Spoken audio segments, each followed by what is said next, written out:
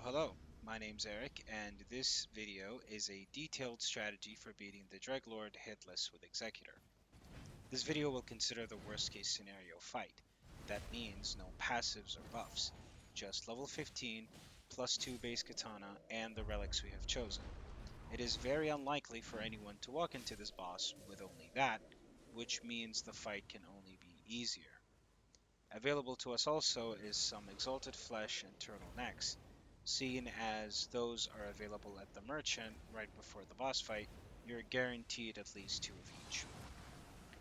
The strategies I'll be sharing with you are born of many hours of practice and testing, for the sole purpose of beating this boss without taking any hits or damage, not even from the Rot Rain, and without the need of having the favor of the Rot Forest buff. I should mention that the Rot proc from the boss's Rot Rain is not considered a hit. Now let's get into the first strategy. In this one, we will be relying only on the base katana. There will be no use of the cursed sword. In this clip, it took me well over 40 R1s with constant aggression to finish phase 1 only a couple of seconds away from being rotted. The relic build in this example was comprised of double physical damage plus 2 with the Everdark Caligo relic. Although it can work, I would not recommend this relic setup as it requires some luck to beat the Rot proc. It can be made more consistent by attacking a zombie that will instantly frost it, giving you invisibility. That can help you be more aggressive towards the boss. However, I don't find the zombies themselves to be consistent enough to rely on. A better option would be to use the standard Caligo relic instead, as it has the benefit of not reducing your katana's AR in exchange for the imbuement with frost, and offers the occasional free concealment from a zombie walking into the frost mist. But even if not, the frost buff to the katana lasts long enough to give functionally the same advantage as having an imbued katana. There's a funny interaction when you go invisible while he's charging his meatball, where he'll return to neutral until you are visible again, or after attacking him, at which point he'll resume his animation immediately. Also, both relic options work almost the same for phase 2 of this boss fight. The Dreglord has about 150 stands. A standard R1 will deal 5, a jumping R2 will deal 15, a charged R2 will do 30, and a charged two-handed R2 will deal roughly 38 stance damage. The numbers are the same for the Cursed Blade. Making use of this will help you set up the kill at the end of both phases. I recommend practicing for it. The Dreglord can be bled 3 times in phase 1 and frosted twice before he goes down. The first bleed will occur between 5 to 7 R1s, then by the 18th R1 another bleed, and by the 42nd just before he goes down. The first frost will happen along with the first bleed, and the second frost will occur between the 33rd and the 35th R1, along with the first stun, which should happen when your rot build-up meter has reached around half. Grabbing the crit is recommended, as the few seconds you're in animation, your rot meter will go down a little bit, giving you a few precious seconds that can be the difference between beating phase 1 with your passive on or off.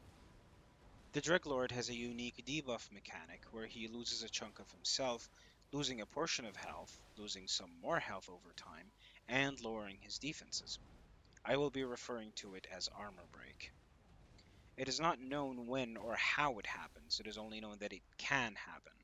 I've tried to test it out for myself, but my best guesses have come up short of a reliable answer. I have noticed some patterns or conditions to it though, but I won't go into too much details. However, I do have some breakpoint numbers that I found relatively consistent enough while fighting him with this strategy.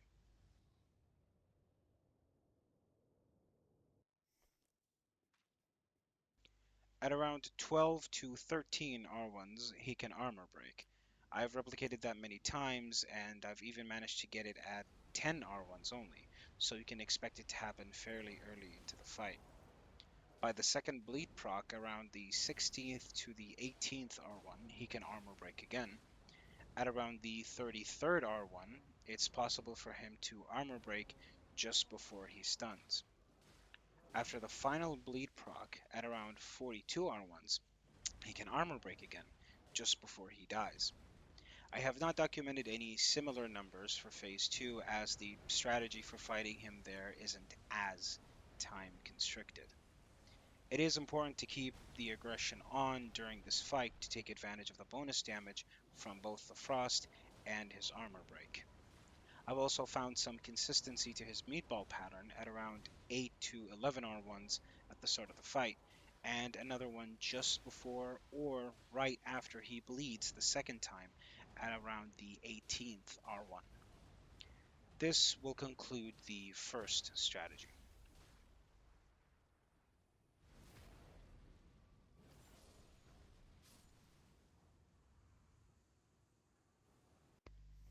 Now, for the second strat, which is what I will be recommending you do, as I find it a lot more consistent, we will be using the Cursed Sword for damage for the first half of Phase 1. We'll switch to the Katana after the Rot Rain begins, making use of the bleed procs. This strategy begins with a fully charged R2 followed by deflects and guard counters until the Dreglord starts the Rot Rain, which generally happens at around 60 to 50% HP. Although it is possible for him to delay it a little bit, choosing to do some combo of attacks first before immediately starting it. After that, we swap back to the base katana and spam R1s until he's dead. I like to set him up for a stance break before the big explosion for an easy crit right after he comes back down. If you happen to stance break him with a guard counter and find yourself close enough to him, you can get away with 2 charged R2s before grabbing the crit every time, and since you'll most likely have your Suncatcher ready, you can use that as well right after for some decent chunk of damage. When the Dreglord begins the animation for the Rot Rain, sheathing the Curse Blade can nullify the siphoning effect, and when he's doing the meatball attack, there is a punish window there, so make note of how I positioned behind him. Doing this from most other angles is not safe.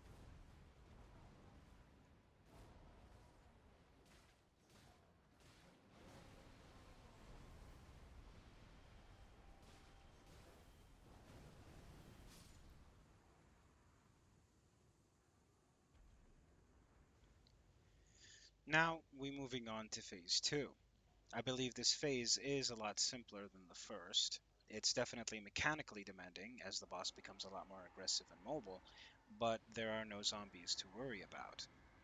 You start off by making distance from him to avoid the knockback, keep moving to avoid the puddles, try to fight him near the spot he rises from at the start of this phase so you can immediately be next to him after the big slam down explosions, as the punish window afterwards is very generous.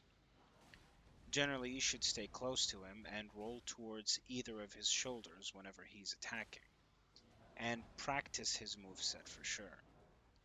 Punish with 1 or 2 R1s and try to stay behind him. I go over some more info for this phase in my previous guide for the Dreglord Expedition. I'll be leaving a link to it in the description.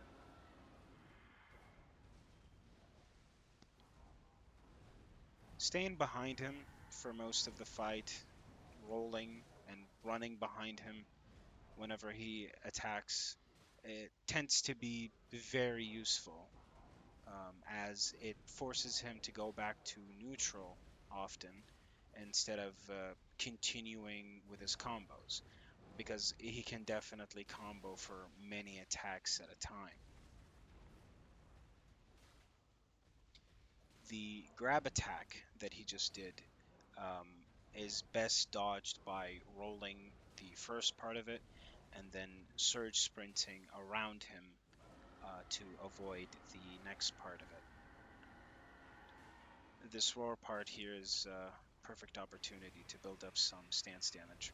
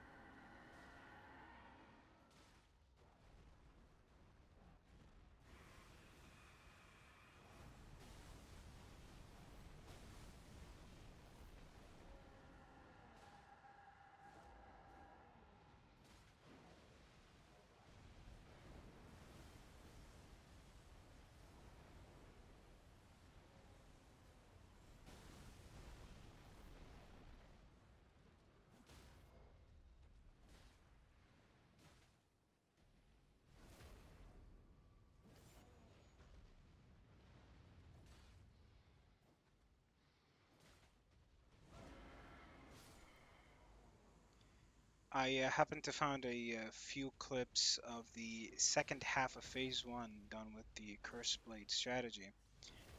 You can see how in these examples it is possible for the Rot Rain to happen at slightly different HP ranges. Some of them, or hell, maybe even all of them, were done uh, during practice, and so they might have some passives or buffs that I don't show. But the strategy is basically the same, just slightly more damage, I guess, which is something you should at the very least expect during an actual run, um, because you won't be going in with the bare minimum as I did.